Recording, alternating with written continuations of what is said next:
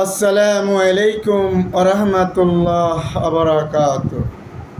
আল্লাহর জান্নাত, আল্লাহর জান্নাত যদি মুসলিম পাইতে চাও, গাজাওয়াতুল হিন্দ তোমরা যুদ্ধ কর।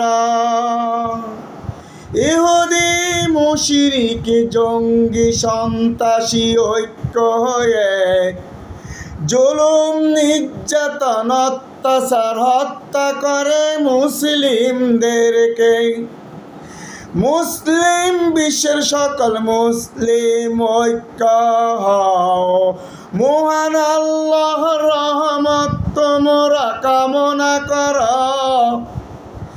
ফিলিস্তিনি কাশ্মীর ভারতের মুসলিমদেরকে রক্ষা কর।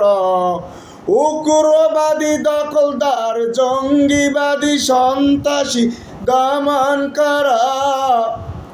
নিরাশ হইবে না মুসলিম কোনদিন,